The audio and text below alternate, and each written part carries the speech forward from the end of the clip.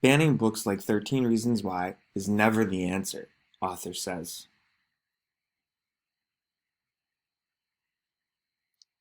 When Hannah Baker, a fictional teen in the young adult novel 13 Reasons Why, records 13 tapes explaining why she took her own life, it's her way of ensuring she isn't silenced. Her creator, author Jay Asher, doesn't want her to be either. Since it was published in 2007, 13 Reasons Why has been a target of censorship. A Colorado school district banned the novel, saying it glamorized suicide. In Ontario, Canada, the story was pulled from school libraries for its negative portrayals of helping professionals. And in Alberta, Canada, any discussion of the book was prohibited. Earlier this year, the novel was adapted into a Netflix series which reignited the debate around the novel's themes and their portrayal. Parents and school districts worried the series would promote suicide contagion. Netflix added more trigger warnings before episodes. The New Zealand Office of Film and Literature banned people under the age of 18 from watching the film without an adult. For Asher, who helped develop the show, the response to both works has reinforced his ideas about the dangers of censorship. The PBS NewsHour recently caught up with Asher during Banned Books Weeks, held September 24th to the 30th, in celebration of the freedom to read, to discuss censorship and the reactions to his work. The interview has been slightly edited. Question: what kinds of stories are censored? Asher: pretty much any story that makes people uncomfortable. Stories about sensitive issues like sex, drugs, or in the case of my book, sexual assault, suicide, and teen drinking, are often censored because people just don't want to talk about those things. It's not that these things don't happen, but when they're shared in a fictional setting, for some reason they make people uncomfortable. Do you think censorship tends to target young adult fiction?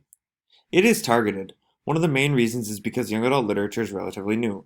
It's just kind of exploded in the 2000s. When I grew up, there weren't bookstores with sections dedicated to teen lit, nor was my generation raised reading books specifically for us.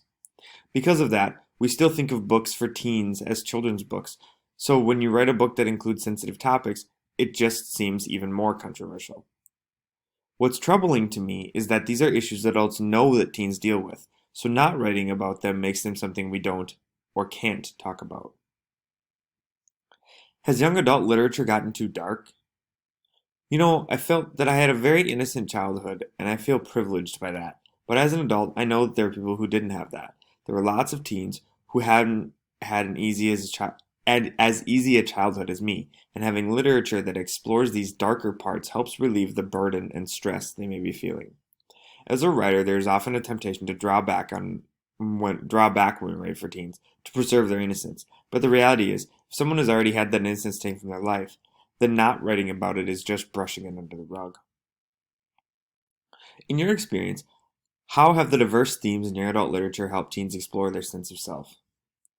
Personally, I never understood the power of having books written about your experience, whatever that experience may be, until I wrote one and started hearing from teens. I just got an email from a reader who said that 13 Reasons Why was the first time they felt understood. A book shouldn't be anybody's first time feeling understood, and that's where censorship bothers me. These books need to be out there. Is there ever a cause for censorship? No, because every reader is different. There's no book that's inappropriate for every person, but there are people who cannot handle everything. Last week I was speaking in Alaska, and this one girl said she got to the 8th chapter in 13 Reasons Why, and it became too much for her. She self-censored, but she said there would be a day when she'd be able to finish my book, when she'll be ready. The American Library Association, which keeps a record of challenged books or documents requests to remove materials from schools or libraries, listed 13 Reasons Why as the third most challenged book of 2012. What's your reaction to that? A lot of authors see their books being banned or challenged as a badge of honor, but for me, it's nothing but frustrating and upsetting. I hear from readers, and now viewers of the Netflix show, that my work encouraged them to ask for help or reach out to someone about the situation they're in. When you hear stories like that on a daily basis, then hear adults call for your work to be banned, it's proof of why the stigma around these issues is so dangerous. Challenging 13 Reasons Why was not a badge of honor, but a reason, I think, why teens have so much trouble opening up to adults. If we say issues of teen suicide, drinking, sex, or sexual assault are inappropriate, we're telling teens who may identify with those themes that there isn't a safe space for them. People have expressed concern that some scenes in your book are too graphic. What was your original intention or inspiration when writing them? 13 Reasons Why was partly inspired by a relative who attempted suicide in high school, and some of the scenes were things that I experienced or people had told me about over the years. One scene in particular that a lot of people have an issue with is the hot tub scene where Hannah is sexually assaulted. In both the book and the TV show, I don't have Hannah say no. Boys are taught no means no, but quite often in those situations, a girl is afraid to say no.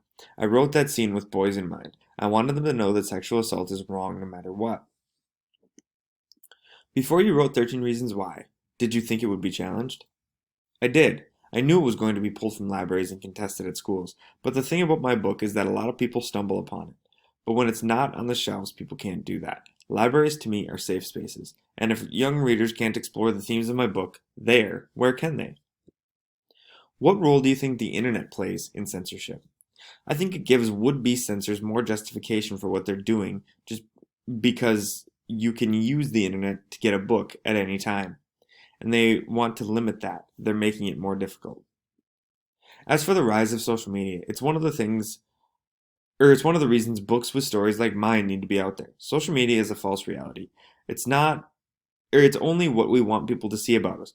But when teens read stories like mine, they can see that they're not the only ones struggling. What has the response to 13 Reasons to been, I'm going to start that again. What has been the response to 13 Reasons Why since it premiered as a Netflix series? Everything is just heightened. You have more readers and more viewers, but you also have more criticism. More people are trying to censor the book because the story is out there so much. I've had a lot of teens reach out to comfort me in the wake of all this criticism, while at the same time I feel bad that they have to listen to adults argue about it. Signal Mountain teacher removes 2 books with African American perspectives from the reading list.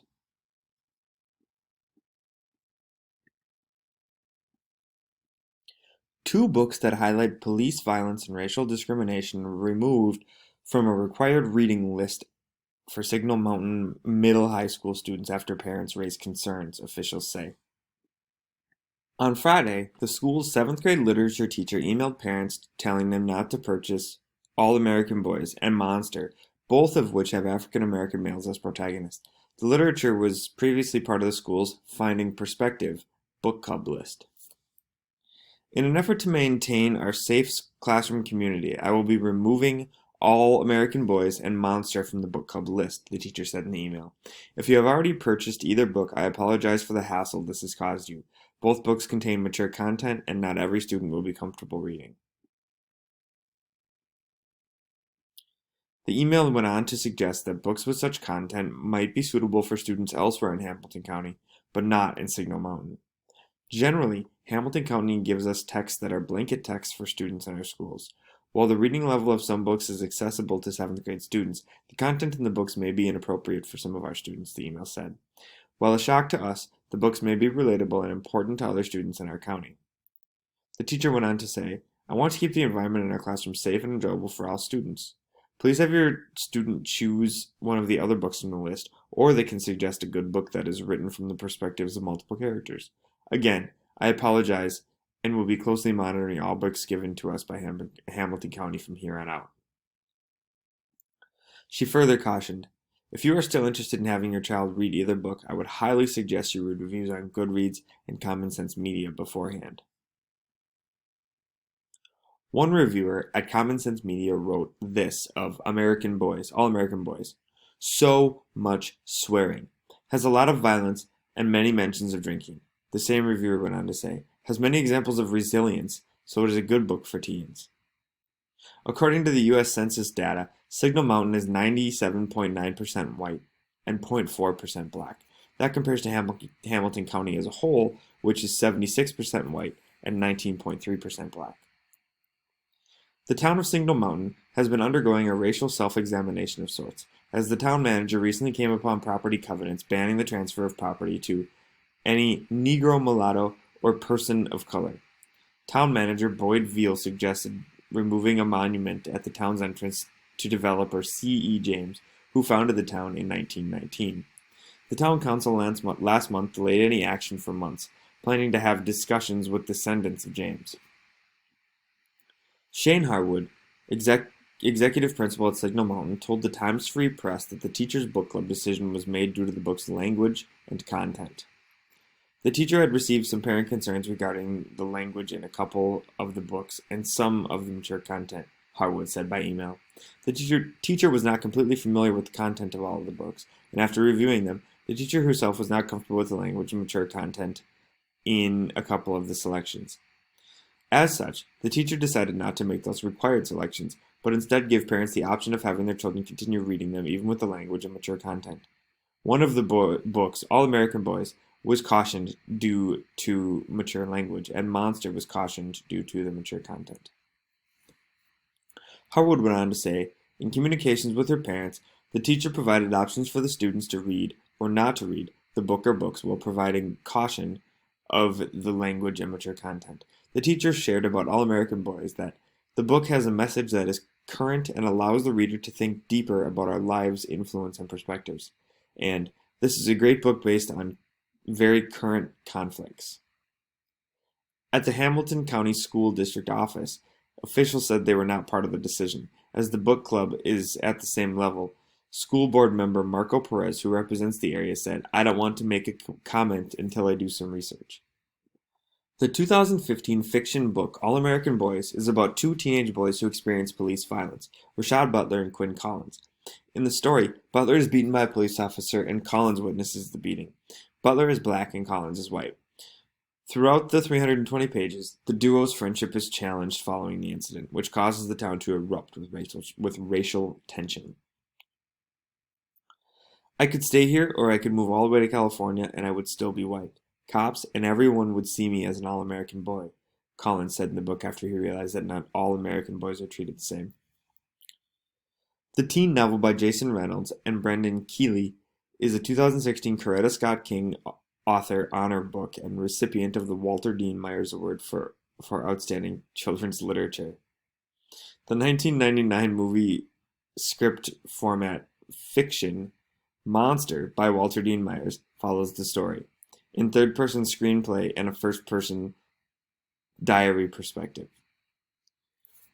So, Walter Dean Myers has an award, a national award, but his book Monster, for literature, for young adult literature, but his book Monster isn't suitable for young adults. Follows the story in third-person screenplay and a first-person diary perspective of Steve Harmon, an African-American teenager who is on trial for felony murder in the state of New York. Throughout the story, prosecutors paint the 16-year-old as a monster along with his 3 other co-defendants. The movie is more real in so many ways than the life I am leading. No, that's not true. I just desperately wish this was only a movie, Harmon says while sitting in his cell. Harmon is later found not guilty. The crime was nominated for the 1999 National Book Award for People's Literature, won the Michael L. Prince Award in 2000, and was named the Coretta Scott King Award the same year. The book has been challenged in school districts across the country since the early 2000s. In late 2018, a Massachusetts superintendent banned the book from middle schools, saying the book's content was inappropriate for 8th graders.